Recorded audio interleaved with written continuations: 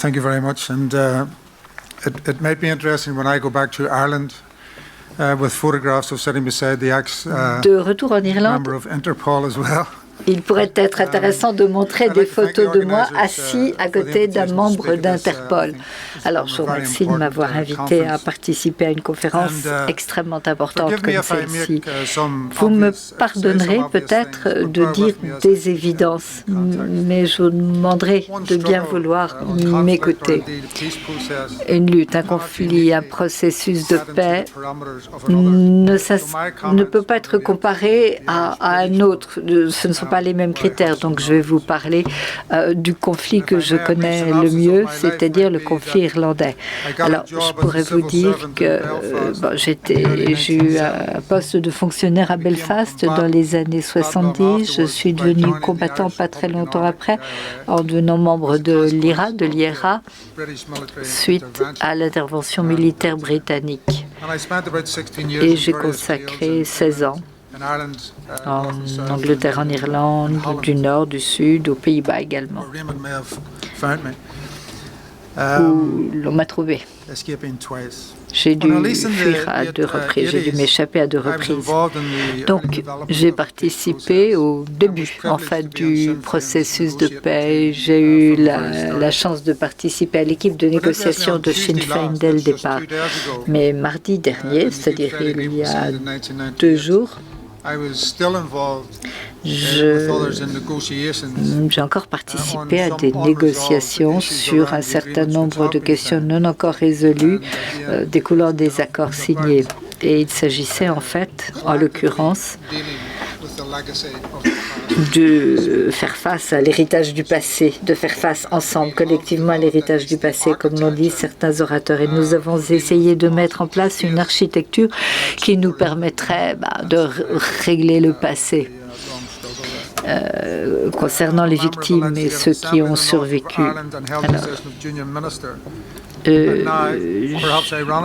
En tant que ministre, j'étais ministre, mais je me trouve maintenant à devoir vous parler du rôle des prisonniers.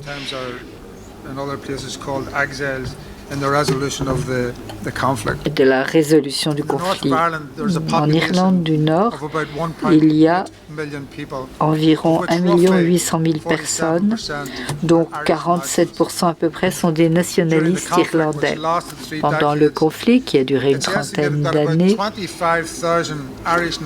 25 000 nationalistes et républicains irlandais ont été emprisonnés, sont passés en tout cas par les prisons.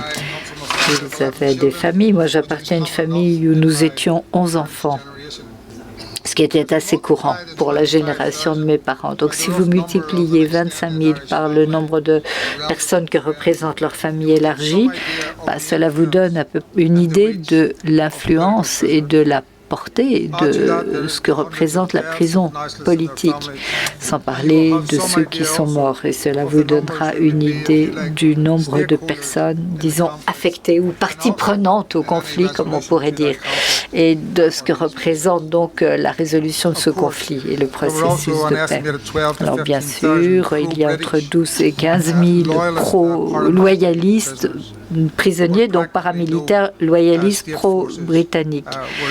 Mais jamais les forces de l'État ou les représentants des forces de l'État n'ont été emprisonnés. Alors, pour comprendre le rôle et l'importance des prisonniers, il faut dire que notre expérience commune et que bien souvent, lors de ces négociations, la chose la plus importante, ce n'est pas de négocier. La chose la plus difficile, ce n'est pas de négocier avec son ennemi, c'est de négocier avec ceux que l'on représente.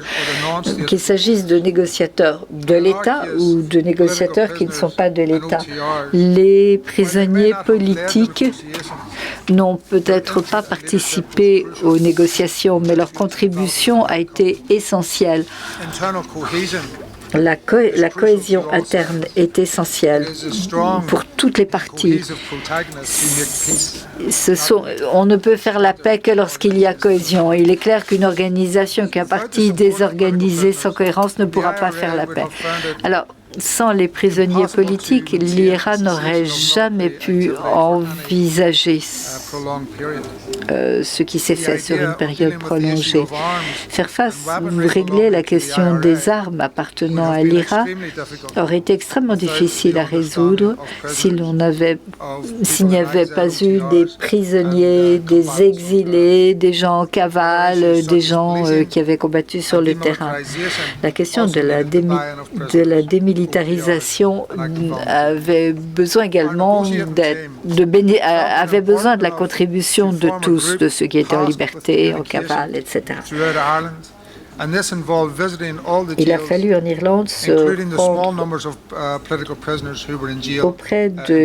dans toutes les prisons, auprès de tous les prisonniers, y compris ceux qui étaient prisonniers en Angleterre, en Grande-Bretagne. Et l'affluence des prisonniers est apparue clairement après la mort de Barbesson, qui était prisonnier politique, parlementaire élu, mort en 1980. Ses funérailles, son enterrement était le plus grand enterrement que l'Irlande ait connu depuis des dizaines d'années. On n'en a jamais connu d'aussi importante depuis. Lors des négociations, on a parlé de mesures de conférence de la paix, ce qui est un concept auquel on a déjà fait allusion. La confiance était un élément important, mais cette confiance, elle n'est pas facile à mettre en place. Et le manque de confiance au début du dialogue, c'est quelque chose que l'on retrouve fréquemment chez les uns et chez les autres. Les petits pas peuvent permettre de construire cette confiance. Et bon, ces petits pas, ça peut être des gestes de dirigeants, ça peut être des gestes d'anciens prisonniers, ça peut être la décision de transférer les prisonniers pour les rapprocher de leur famille.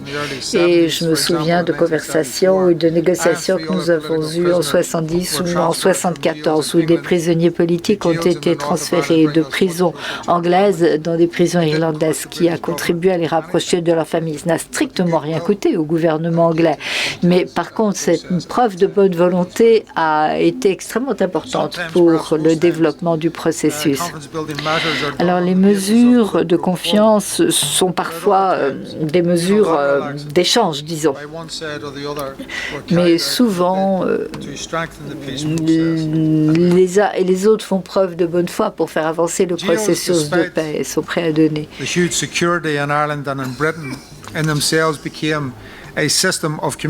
Nous avons réussi à mettre en place un système de communication assez au point. Les prisonniers politiques parlent de tout. Et nous avons constaté qu'il y avait une communication constante qui ont permis que l'information circule. Les prisonniers politiques deviennent crédibles au sein de leur communauté parce qu'ils sont considérés comme des gens qui ont quelque chose à dire. Leurs vues ont été prises en compte par les leaders. Le leadership de Sinn Féin a pensé qu'il était extrêmement important de faire venir des collègues d'Afrique du Sud pour qu'ils parlent aux prisonniers politiques, pour qu'ils leur expliquent ce qui s'était passé en Afrique du Sud. Et le gouvernement britannique a considéré que c'était suffisamment important pour permettre des réunions en prison. Ils ont permis également que des femmes prisonniers politiques viennent d'autres prisons pour participer à ces réunions. À l'époque, on a pensé qu'il serait bon de parler aux prisonniers loyalistes pro-britanniques dans le cadre du développement de ce processus de paix. Alors, il y a des gens qui s'engagent vis-à-vis d'une cause. Et notre expérience, c'est que lorsque les gens commencent à croire dans les possibilités qu'offre un processus de paix, ils y mettront toute leur énergie. Mark McGuinness, le président de notre Assemblée, de nombreux élus à tous les niveaux du gouvernement. D'ailleurs, nous avons des ex-prisonniers qui ont été élus. qui représentent leur communauté, qui restent en contact avec leur communauté.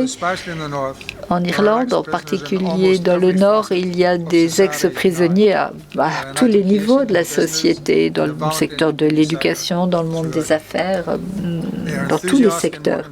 Ce sont des gens qui font preuve d'enthousiasme, qui travaillent pour leur communauté à faire avancer le processus de paix. Le Sinn Féin a 3 membres élus au niveau de la police, nous, au conseil de la police. Nous travaillons au quotidien avec la police.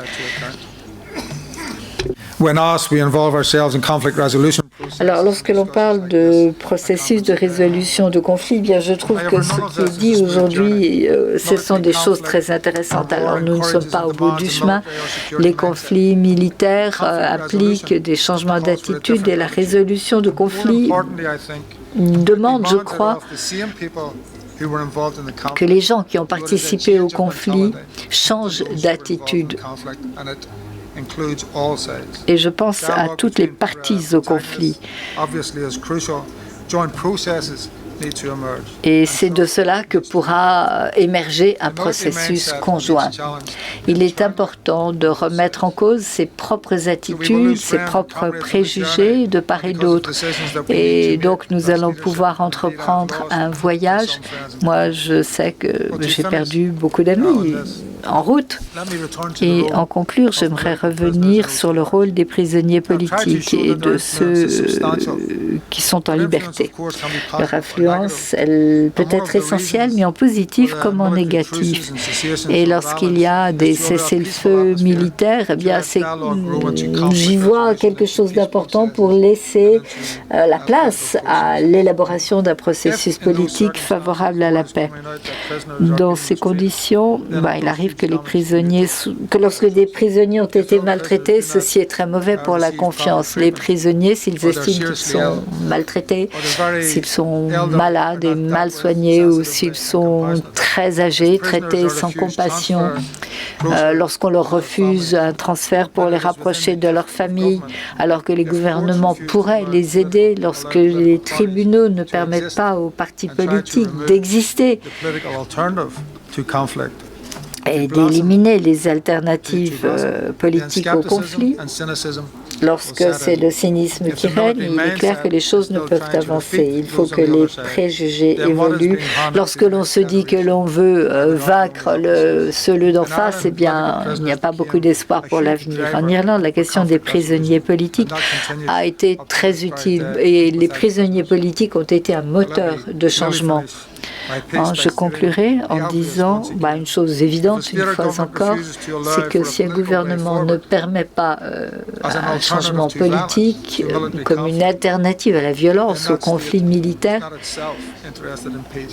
eh bien, on ne peut guère espérer de paix, de réconciliation et de conclusion. Et